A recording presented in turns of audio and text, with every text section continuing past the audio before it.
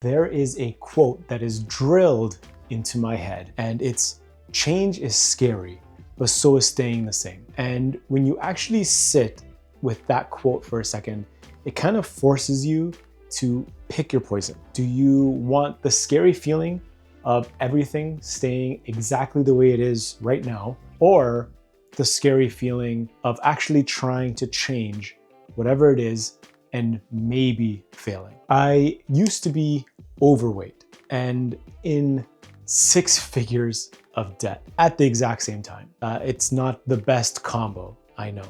Today I want to walk you through the 5 habits that actually flipped my entire life around. This will be simple, actionable, and actual habits that all compound on top of each other in ways that I personally didn't expect. If you're new here, hello, my name is KG. I paid off $100,000 of debt in 3 years without giving up my entire life. And today we're getting personal. Let's get into it. Okay, so I wanted to start with habit 1, eating at consistent times. Now, you'd think I'd start with maybe what I ate. Nope. I'm gonna lead with when, and here's why.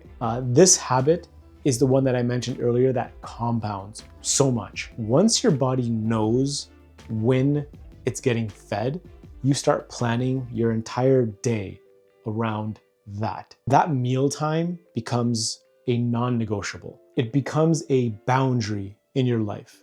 You'd be surprised how many other boundaries start showing up right behind it. Basically, every habit on this list does the same job for different reasons. They all set some sort of boundary. Habit number 2 is counting calories. I will die on this hill. If you have never successfully hit a health goal in your life, you need to count calories. Full stop. I always hated it when I saw someone in the fitness industry talk about the fact that you don't need to count calories, just eat till you're full. That doesn't work. That doesn't work for everybody. I'm one of those people because I will eat till beyond full. Now, here's what that habit actually did for me. I recently learned about the concept called ego death.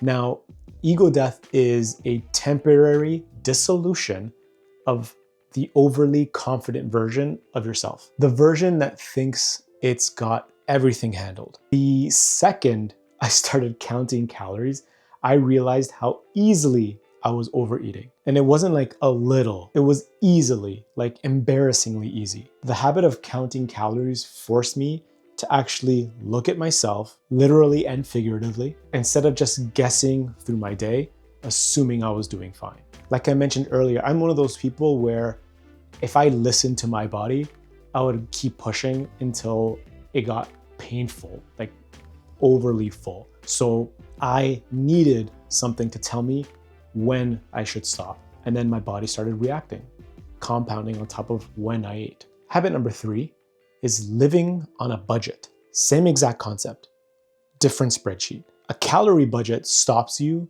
from lying to yourself about food.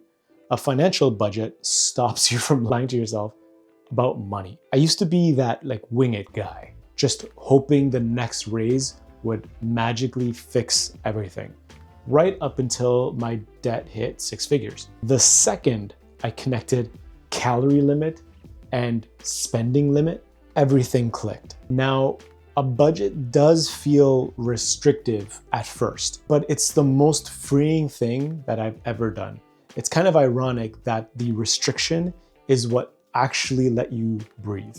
Habit number 4 is practicing self-awareness. Nobody, and I mean nobody in the history of people has ever succeeded or done it alone. If someone ever tells you they're self-made because they read a few books, stop them right there and ask them who wrote those books.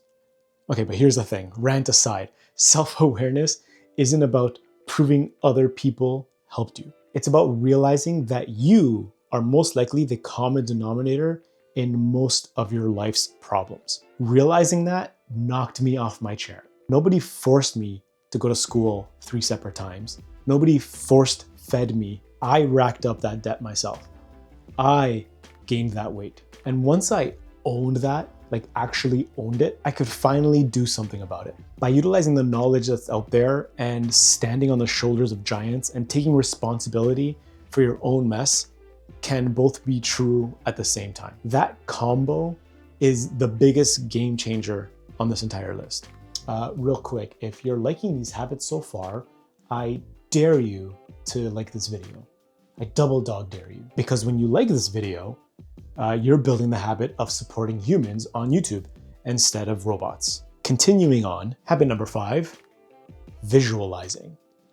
And not imagining, visualizing. There is a difference, and it matters a lot. Imagining is very broad. Like, imagine I won the lottery. Cool, but it doesn't do anything for you. Visualizing is very specific. I do this with this channel actually. I visualize the exact moment, the exact day that I would get monetized. I'll bring up the emotions that I'm gonna feel. I walk through the actual path to get there. The hard parts included, the failing videos, not just the good stuff. I started applying that everywhere else in my life too. The difference is huge. You're not sitting on the couch going, imagine I had a 6-pack. You're actively working towards something specific, and that kind of delayed gratification hits so much different. Trust me on this one. Now, none of these habits, none of them are flashy, and I'm not gatekeeping the secret code to life. These habits, they're boring and they compound, and that's exactly why they work. Eating on a schedule builds a boundary. Counting calories kills the ego. Budgeting mirrors that same discipline, but into your money. Self-awareness makes you hold yourself accountable. And visualizing gives all of it a specific direction instead of like a vague wish. None of this happens overnight, but none of it needs to. You got to where you are today with small habits. Get out of it with small habits as well. I would genuinely love to know what's a habit you do daily that keeps you sane. Drop it in the comments. I read every single one of them right now. If you're dealing with debt and want some one-on-one guidance from someone who's actually been in it, link is in the description. And check out this video next. I think you'll like it. And I'll see you next week.